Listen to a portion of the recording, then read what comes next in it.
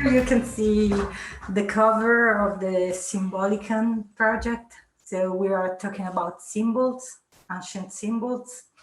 But before we go inside the project, I want to make an introduction to talk about symbols in general. So the context where I researched and where I found the inspiration to work around symbology. So what is a symbol? A symbol is a mark, is a character, is a glyph, and it is used for as a conventional representation of something that can be a lot. So a symbol can be a representation of an object, of a function, of a process, of an emotion, of a concept, of an aphorism. So what is the characteristic of a symbol is that is not, it's something, is a visual sign that goes directly into our consciousness without passing through the rational part. So it just goes straight to a more deep understanding. What can we say? Around us, we are overwhelmed of symbology, and especially now and in our global society, symbols are very useful to explain and to show functions or signs that can be over different languages. So with a sign, you can say more than just with a word, or we can say to a wider audience. I just here in this collage, I've taken a few examples of what symbols are now. So the emoticons, the emoji, which are symbols used to explain our emotions through a digital communication, symbols which explain which are used for languages, so as writing systems. I've taken here an example of a Chinese glyphs systems, which is very complex symbology. Then in the middle we have all these icons, which are symbols as well, and they are necessary for the use of application, as we always use in the digital world. Visual applications, so we need to go and touch and see very quickly what it is and what kind of function it has. And then we have informative symbols, which are signs, road signs or whatever, can be quickly understandable to everyone, and brands, which are recognized more or less worldwide. Here is an example of fashion brands, and they even are more than words. They go straight to the understanding of what it is. But where these symbols of today, they come from. I made a huge research about symbolism and ancient symbolism. And here is a collage to just understand the differences between different cultures and different symbols worldwide. Symbols are archetypes of visual communication, and they are present together with the man. So each civilization worldwide has its system of symbols that can be more complex, simpler, or easier to understand, or a system of writings, or just a way to represent nature or gods. But everyone in the world has one. Here, yes, you can see the Egyptian hieroglyphs and the symbols from Mayan civilization, and then you can see this board from South, and then some petroglyphs from North America and Central America, and then we have a system of writing from Viking civilization, so the Norse, the runes system. And then, yes, this Ouroboros, which is a very ancient symbols and is taken then in the medieval age to explain and reused in esotericism. So symbols were present in the past, symbols are present today, symbols are together with the man, but in my research, I just come out with some ideas of which are the difference between the use of symbology in the past and today. And we can say, first of all, the writing system, which is the main function used from a very complex system of glyphs, is present in both cases.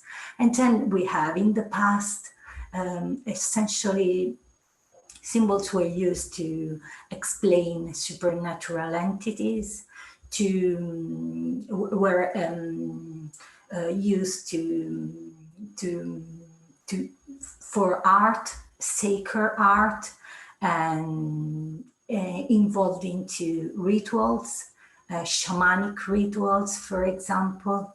And everything is a kind of rounded of a mysticism, esotericism in wherever the civilization was.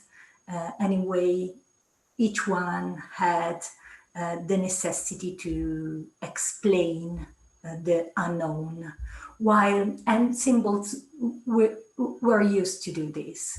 While today, symbols are more involved into functionalities. So in the age of visual communication, we need to communicate and to use visual tools. So symbols are involved for this function, and in the global civilization it's necessary to find a kind of umbrella, kind of system of visual communication that can be recognizable from a lot of people in the world. From this introduction has started my work, which is Symbolikon. Symbolikon is an encyclopedia, is a digital encyclopedia of archetypes. So here in this website, you can find an extended visual library of ancient symbols worldwide, divided into different categories, and each one belongs to the civilization, and it is a source of inspiration for creatives and designers. I think as designer, it's always necessary to find a starting point where start the creation, and a source of symbols can be a very inspiring way to start something and to give a strong meaning. Furthermore, I really believe that as designer, to create a new set of symbols is some kind necessary to know what was the past and what kind of symbology were used before now. Now to go inside the project, I would like to share a video which is just an explanation of what Symbolikon is, made with images and music. If you can't hear well or see well this video, you can always see from the link that has been shared in the common chat. But anyway, I will start here.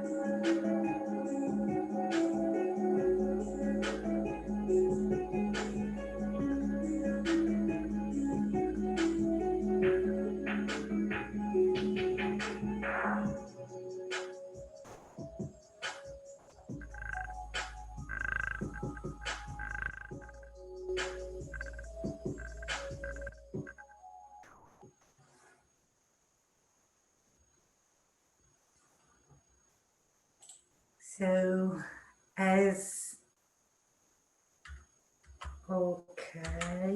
okay, so as you can see from the video, the Symbolikon project has been crowdfunded. So when I come out with this idea to collect all symbols worldwide and to create a shared digital encyclopedia, I wanted to have people to say if it was good or not a good idea. As for me it was, but I was not sure. So I decided to ask to the crowd. And the project has been really successfully crowdfunded. And this is a success, because it means that what I was thinking that is a missing piece of visual communication, it is, and the project now is growing. So starting from these categories, we are working to add new categories, and there is a kind of never-ending work to make a huge collection like this. And here you can see just a few pictures to as a backstage of the work done. So the big research made to create this project. As you could imagine, to create a collection like this and trying to give a cohesive, consistencies in terms of graphic design, I had to create a visual guideline system, so visual guidelines. So I decided to place all symbols into a square format and to follow a golden ratio grid and to use always a constant stroke. And I use both very thick strokes and thinner strokes, but just two different lines. And and to use elementary shapes, so trying to avoid the free form, even if working with so many different sources was really complicated and difficult to find the right geometry to redesign everything. So here is an overview of the research process. I took the category and I looked for the symbols. Each symbol has one source or multiple sources, and then after found it, I redesign it in following my guidelines. And here you can see there are 4 different visual solutions. So one is a very skinned and minimal. Then we have, so that I call it the light, then the bold, then an outline, and then a gray, version, which is made of separated pieces, so that a designer can take it and recolor in the color that needs for the use he wants to use the symbol. Yes, here you can see the Olin from Mexico, so from the Aztec civilization, and then the Triskeles from the Celts civilization. So we are in Europe, England. Here there are another 2 examples just to show you the differences of the sources. For the Pachamama, which is an Inca symbol from Southern America, I decided, and I've chosen this drawing, a Bolivian drawing of the Pachamama, and from that that I found in different resources, I created the symbols, the Symbolikon symbols of Pachamama.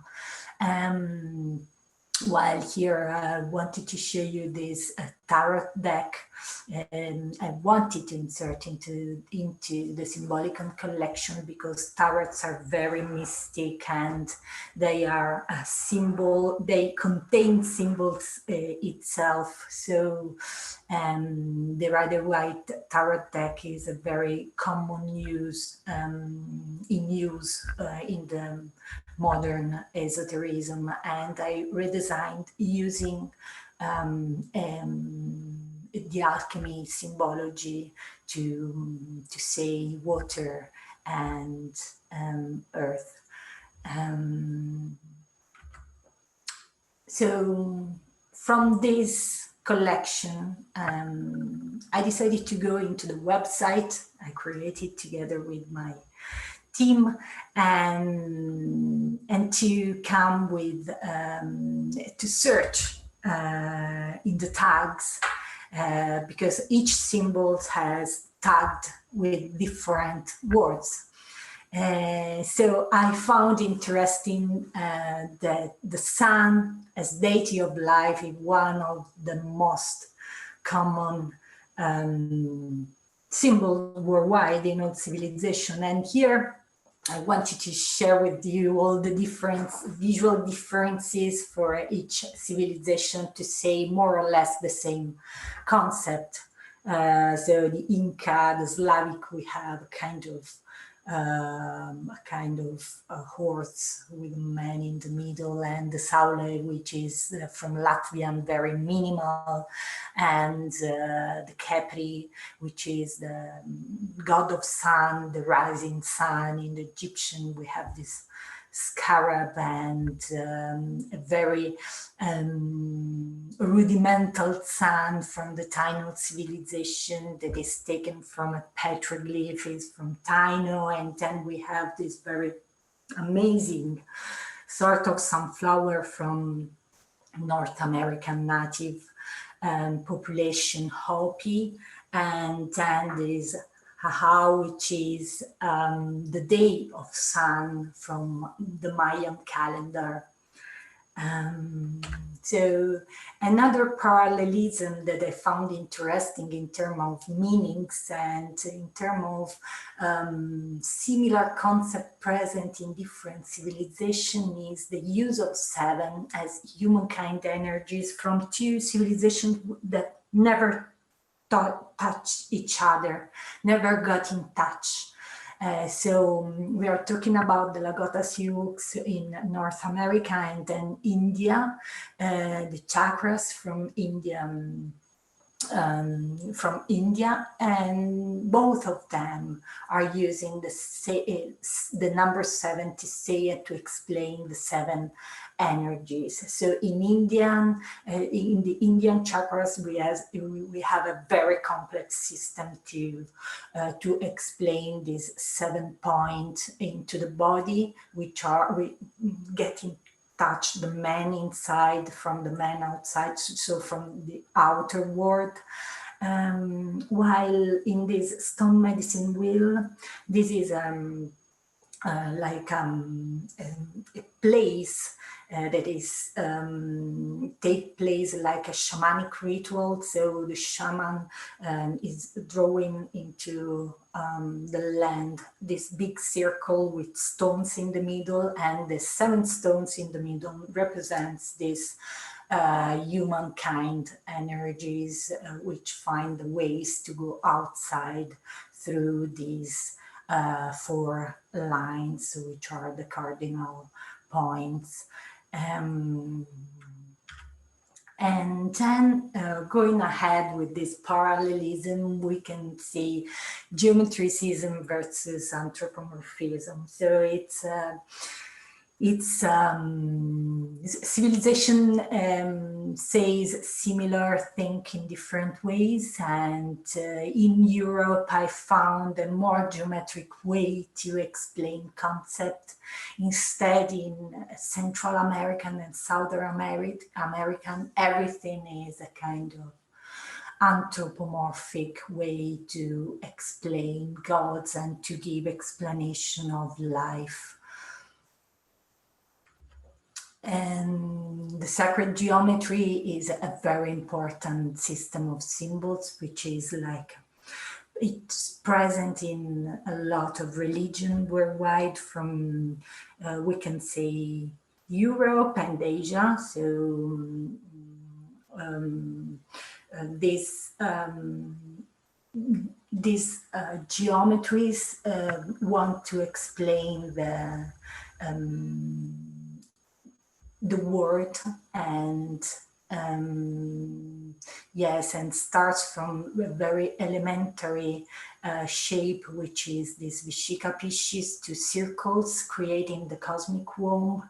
And then from these and these circles intersection, there is the flower of life, which is really present in a lot of religion, architectural decoration into churches or mosques, or so very different religion. And then we have the seed of life, which is part of the flower of life, and the fruit of life too, that is part of this flower of life, and the Metroton's cube, which is a sign of protection, also generated from the fruit of life.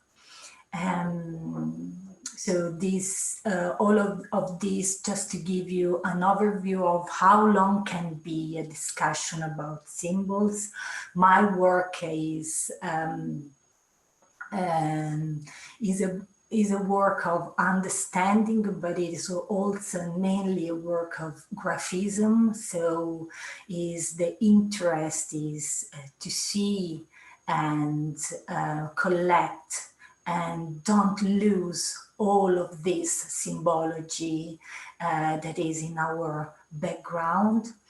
And starting from this Symbolikon has found also the interest to create fonts related to symbols. So these symbols are available as fonts, and I designed fonts inspired by symbols themselves. So from the symbols, just visual, I created the glyphs.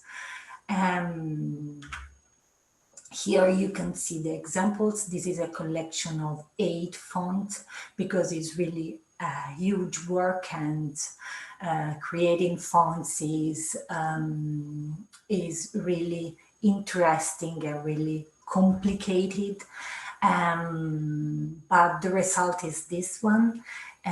Each font has its characteristics, and they are strictly related to the symbology they have. So just to have the overview, even if I try to put everything into the same language, each one still has their own characteristics as font and as symbols themselves. Here is another part of the collection. And yes, the Viking, the Slavian, the Japan, and then I introduced this called Lovecraft, which is an off-topic, just to get something that comes from fiction and literature, which probably can be a very interesting topic that I'm going to explore in the near future. So even for this, I would like to show you the video to get a better understanding of the Fonticon project. So I will do the same and share it in here. And if you want, there is the link in the chat.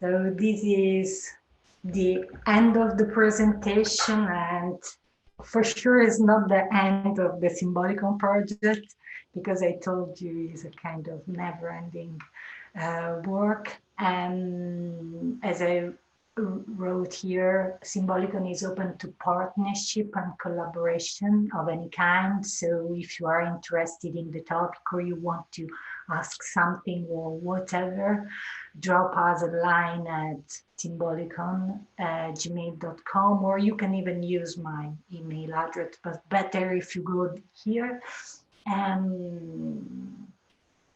There is also my LinkedIn profile where you can get in touch directly with me, and we are very active in there. So I hope I haven't been too long, and that you enjoyed